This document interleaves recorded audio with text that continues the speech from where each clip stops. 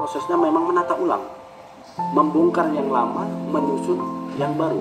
Reforma agraria, suatu penataan kembali atau penataan ulang, susunan pemilikan, penguasaan dan penggunaan sumber-sumber agraria untuk kepentingan rakyat, yang tujuannya sebenarnya menolong rakyat kecil, mewujudkan keadilan dan meniadakan atau setidak-tidaknya mengurangi ketidakmerataan yang ada di bumi Indonesia ini.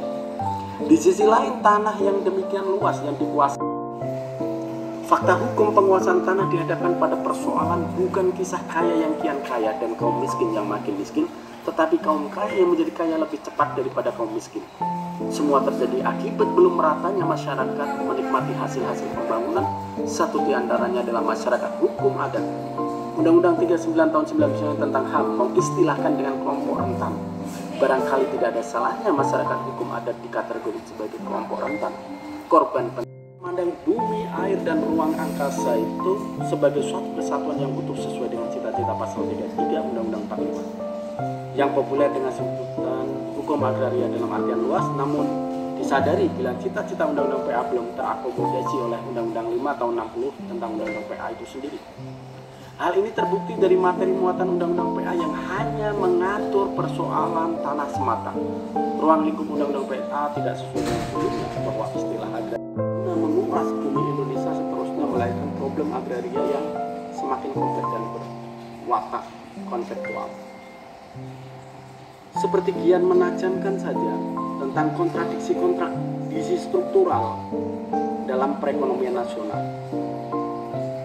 Dualisme sektor pertanian non-pertanian, teknologi maju dengan teknologi rendah, ketidakpastian hukum dalam penguasaan tanah yang memberikan tahu betul tiada lain dengan cara mendasarkan diri pada upaya pembaharuan agraria sebagai konsep dasar pembangunan. Lihat pada penelitian Ida Nurlinda, yaitu tentang keadilan agraria dalam kerangka reformasi agraria dalam penemuan hukum nasional dan internasional 2012 halaman 235. Saya mengatakan agraria itu merupakan selayang pandang.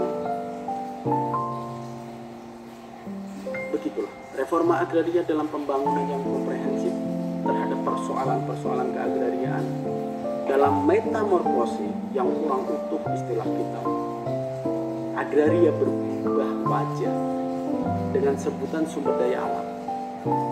Strategi penjajah dalam rangka mempretelin bagian-bagian agraria guna menguras bumi Indonesia seterusnya terlalu umum dan jauh dari rasa keadilan masyarakat.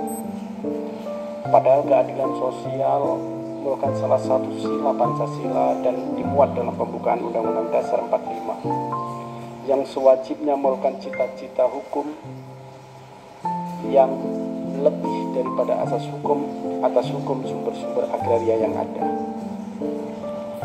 Menghidupkan reforma agraria mengembalikan citra hukum menuju keadilan yang sejati serta kesejahteraan tentunya, untuk bertujuan mensejahterakan masyarakat atau setidak-tidaknya mengurangi ketidakmerataan.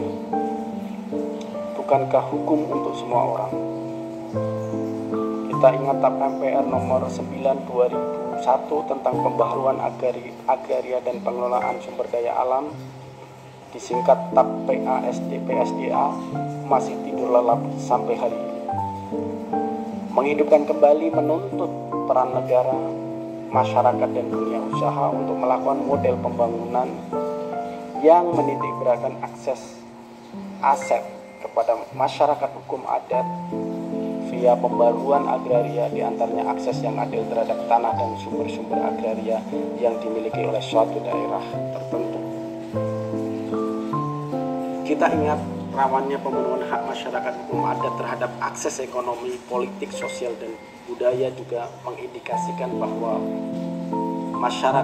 posisi masyarakat hukum adat belum juga bergeser dari persoalan dasar. Di antaranya kemiskinan, kebodohan, kemelaratan, dan jauh dari akses teknologi dan informasi yang